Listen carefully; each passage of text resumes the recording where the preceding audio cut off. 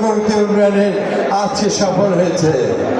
আমাদের ইনশাল্লাহ আমাদের নেতা আজকে শুধু বাংলাদেশ নয়, আমাদের মা যেমন সারা বিশ্বের নেত্রী বেগম খালেদা জিয়া ঠিক তেমনি 17 বছর আন্দোলন সংগ্রামের বাংলাদেশকে রক্ষা করার নেতৃত্ব দিয়ে আজকে তিনি বিশেষ এবং এই অঞ্চলের সবচেয়ে জনপ্রিয় উদীয়মান নেতা।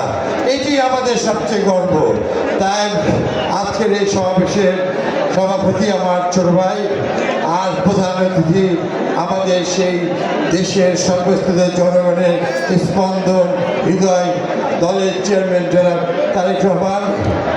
আমি খুবই আনন্দ বোধ করছি রাজশাহীবাসীর পক্ষ থেকে আমাদের শ্রদ্ধেয় ভাবি আজকে আমাদের।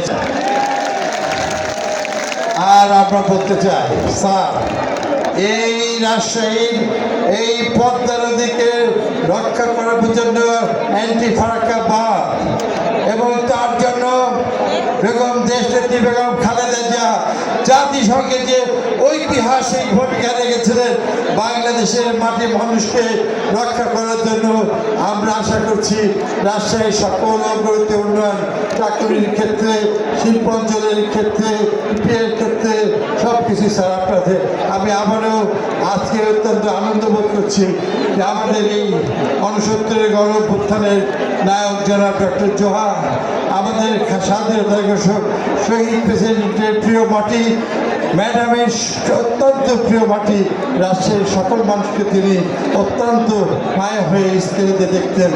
আজ আমাদের নেতা তারেক রহমান, রাজশাহীর সব কিছু অগ্রগতি উন্নয়ন বাংলাদেশের আজকে তার হাতে। আমি আজকে আমার ভাইদেরকে বলবো আগামী 12 তারিখ নির্বাচন, সেই নির্বাচনে আমাদের নেতা দেশ নেত্রীর নেতৃত্বে জনাব তারেক রহমান সাহেব এই অঞ্চলের আমাদের 6টি আসনে ধানের শীষে জয়লাভ করেছিল। আমাদের রাজশাহী বিভাগের 39টির মধ্যে 38টি 2001 তাই স্যার অনেক কষ্ট করেছিলেন, মাননীয় চেয়ারম্যান অনেক কষ্ট করেছিলেন।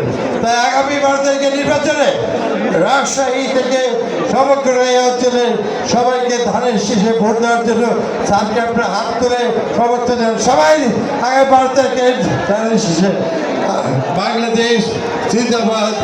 আমাদের নেতা শহীদ অমর হোক, ম্যাডাম অমর হোক, তারেক রহমান জিন্দাবাদ।